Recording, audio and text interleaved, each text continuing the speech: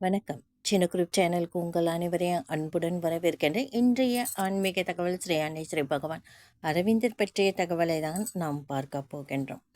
அன்பர்கள் அனைவருடைய பிரார்த்தனையும் ஸ்ரீ அன்னை ஸ்ரீ பகவான் அரவிந்தர் திருப்பாதங்களில் சமர்ப்பணம் செய்கின்றேன். நம்பிக்கையான நியாயமான பிரார்த்தனைகள் அனைத்துமே நிச்சயமாக கைகூடும். இன்றைய பதிவில் அன்பு அமிர்தமாகிய அபரிமிதம் அனந்தமாகும் அழைப்பு திருவுள்ளம் வழிகட்டும். இதைவிட பெரிய மந்திரமே இல்லை. தன் மன உறுதியை சரணம் செய்ய பிரம்மாண்டமான உறுதி தேவை என ஸ்ரீ அன்னை கூறுகிறார். ஒரு பெரிய விசேஷம் இதில் என்னவென்றால், எவ்வளவு உண்மையாக இருந்தாலும் நாம் திரு உள்ளம் என கூறும் பொழுது நம் மனமும் வாயும் என் இஷ்டம் என கூறும். அதை சரியாக சொல்ல உள்ளே தெய்வத்திற்குரிய உண்மை தேவை. அப்படி நாம் பூரண உண்மையுடன் திரு உள்ளம் என கூறும் பொழுது ஸ்ரீ அன்னை நாம் ஆழ்ந்து விரும்புவதையே செய்வார். சாவித்ரி யமனை கரைத்து சத்தியவானை மீட்ட பின் இறைவனை சந்திக்கின்றார். இறைவன் அவர்கள் இருவருக்கும் சொர்க்கத்தை அளிக்க முன் வருகிறார்.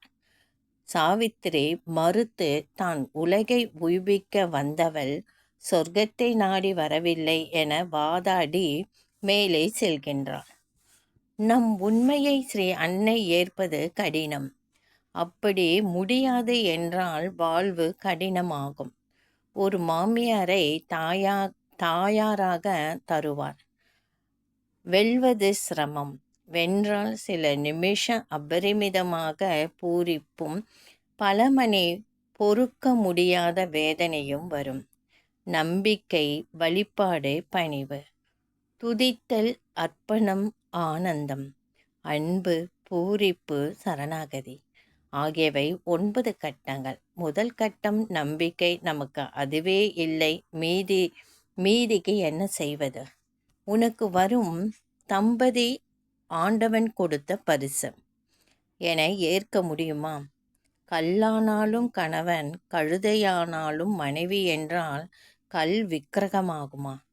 கழுதைக்கே ஸ்ரீ அன்னை பெரும் கவனம் செலுத்தினார். பாரதி கழுதை குட்டிக்கு முத்தமிட்டார். கழுதை கற்பக விருட்சம் என்பது தத்துவம். காமதேனு கற்பக விருட்சம். அக்ஷய பாத்திரம் நம் அனுபவத்தில் மனைவி, கணவன். இது எளிய கட்டுப்பாடு. இதை செய்ய முடியாதவர்களுக்கு யோகமில்லை. மயிரிலை சுதந்திரம் கொடுத்தால் மடம் பிடுங்குவார். முழு சுதந்திரம் பிரியமாக கொடுத்து எப்படி குடும்பம் நடத்துவது?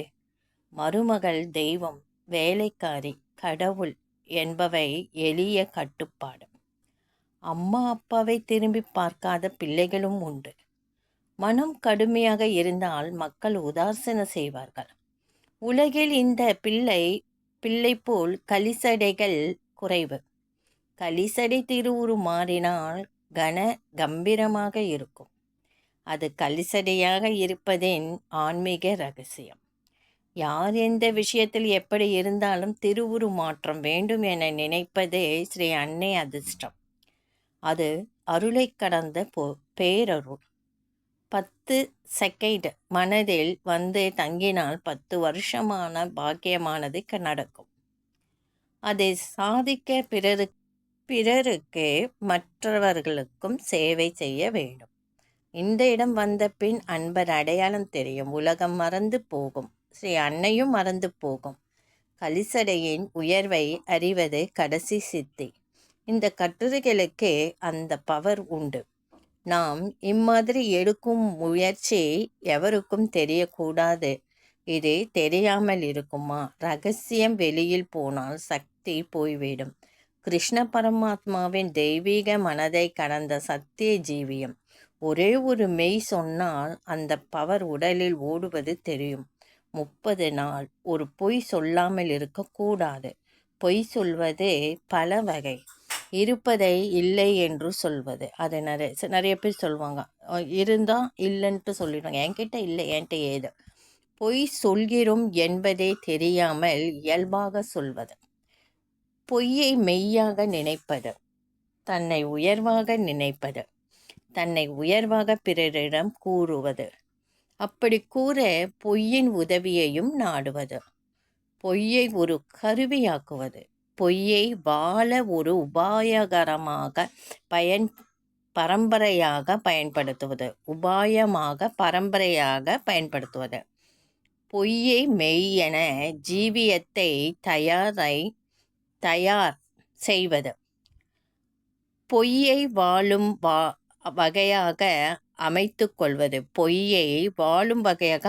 கொள்வது, பொருளின் பொய்யாக இருப்பது, ஆன்மீக பொய் சொல்வதே ஆசாரமானவர் உள்ள நிலை அவனும் நம்மிடம் தோற்பது, ஜாதகம் எதிராகும். ஜாதகம் பெரிய சாஸ்திரம், பௌதிகம், ரசாயனம், கணிதம் எல்லாம் ஜோசியத்திற்கு நிகரானது. 1000 ஆண்டுக்கு நடக்கப் போவதை நாளி தவறாது சொல்லும். ஸ்ரீ அன்னை சக்தி ஜாதகம் செய்ய முடியாததை செய்யும். அதாவது ஸ்ரீ அன்னையோட சக்தி ஜாதகம் செய்ய முடியாததையும் செய்யும். அது பிரம்மாண்டமான சக்தி. பொய் சொல்லாதிருப்பதை விட பொய் சொல்ல முடியாத நிலை பெரியது. பொய் உயிரோடு இருப்பவருக்கு மெய் தேவை. அது சத்திய ஜீவிய உண்மை. அது எந்த பொய்யையும் மெய்யாக மாற்ற வல்லது. ஸ்ரீ அன்னையை சத்திய உருவமாக நினைப்பது அதை தரும். எவரும் 100 பெரிய பொய் சொல்லியிருப்பார்கள். தகப்பனார் தாலுகா ஆஃபீஸ் கிளார்க் என்றால் கலெக்டர் என்று சொல்வதுண்டு. ஒரு பரீட்சையில் ஒரு முறை ஒரு பேப்பரில் முதல் மார்க் வாங்கியிருந்தால் நான் பள்ளியில் முதல்வராக வந்தேன் என்பார்கள். அது போன்ற பொய்யை ஸ்ரீ அன்னையிடம் மெய்யாக்குவது திருப்பம். அடுத்தவரிடம் மெய்யாக்குவது அடுத்தது. பாதிக்கப்பட்டவரிடம் மெய்யாக கூறுவது பெரியது. அது சத்திய சோதனை. பொய் எக்காரணத்தை முன்னிட்டும் சொல்லாத லட்சியம் உள்ளவர் பொதுவாக பொய்யின் அவதாரமாக மனதில் இருப்பார். என தெரியாது. நாம் மது சாப்பிடவே மாட்டேன் என கூறுவதில்லை. ஏற்கனவே மது உண்பவர் தற்பொழுது அதை கைவிட்டவர் அப்படி பேசுவார். அவர் ஆழ்மனதில் மது இருப்பதை அவர் சொல் எடுத்து கோரும். பொய்யை சொல்லாதவர், பொய் சொல்ல முடியாதவர் ஒருவர் உண்டெனில் அவர் பொய்யை பற்றி பேச மாட்டார். பொய் சொல்லாத லட்சியத்தை மேற்கொண்டவர் அமைதியாக அதை செயல்படுத்தலாம். அடிக்கடி என்னால் பொய் சொல்ல முடியாது என கூறலாம். பொய் கலக்காத சொல்லில்லை, பொய் கலக்காத செயலில்லை. அரசனமாவது பொய்யில்லாத நேரம் எதிர்காலம் தெரியும். அது பலித்தால் 1 மணி நேரம் அந்நிலையை மனதில் நிறுத்தி கண்ணாடியில் பார்த்தால் பார்த்ததே நம்ப முடியாது. ஒரு பொய் சொன்னவுடன் அதுவும் போய்விடும். பொய் சொல்லக்கூடாது என்ற முடிவு உண்மையானால் அது வாழ்க்கையை நிலையான நேராக திருப்பும். எனது காவல்காரனும் அவன் மனைவியும் என் அனுபவத்தில் பெரிய அம்சம் உடையவர்கள். அந்த அளவு சுபாவம் எனது பணக்கார நண்பருக்கு குருவுக்கும் இல்லை. அது சுபாவம், திறமையின் சுபாவம். இங்கே கூறுவது பொய் அழிந்த மெய் ஸ்ரீ அன்னை வாழும் அகம் என்று சொல்லப்படுகின்றது. எப்பவுமே பொய் சொல்லாமல் நம்ம உண்மையை பேச வேண்டும். பொய் சொல்லாமல் அந்த சூழ்நிலையை எனக்கு ஏற்படுத்தியே தராதிங்க மதரம்மா. நான் எப்பவுமே உண்மை உள்ளவளாக இருக்க வேண்டும். உங்கள் வழியே நான் நடக்க வேண்டும் என்று நம்ம பிரார்த்திக்க வேண்டும். நம் மனசில் 2 விதமான எண்ணங்கள் நிறைய வரும். தவறையும் குறிக்கும், நல்லதையும் சொல்லும். நம் மனம் ஒரு போராட்டத்திற்கு பிறகு ஒன்றை தேர்ந்தெடுத்து அதன்படி செய்வோம். அந்த மாதிரி போராட்ட சூழ்நிலையில் இது நல்லது எது கெட்டது என்று தெரியாத நிலையும் உண்டு. அப்படிப்பட்ட சூழ்நிலை நீங்கள் ஸ்ரீ அன்னை ஸ்ரீ பகவான் அரவிந்தரை மனதில் பிரார்த்தனை பண்ணிட்டு உங்கள் நிலைமையை எடுத்து சொல்லுங்க. உங்களுக்கு தேவையான சரியான வழியை அவங்க சொல்லுவாங்க. அதை ஏற்று நீங்கள் நடந்தீங்கன்னா நீங்கள் நினைக்கிறது நிச்சயமாக நடக்கும். இந்த பதிவு உங்களுக்கு கண்டிப்பாக பிடிச்சிருக்கும்னு நினைக்கிறேன். இந்த பதிவு உங்களுக்கு பிடிச்சிருந்தா லைக் பண்ணுங்கள், ஷேர் பண்ணுங்கள், சப்ஸ்கிரைப் பண்ணுங்கள், கமெண்ட் பண்ணுங்கள். நன்றி. அடுத்த ஒரு வீடியோ பதிவு இதை விட சிறப்பான ஒரு பதிவை பார்க்கலாம்.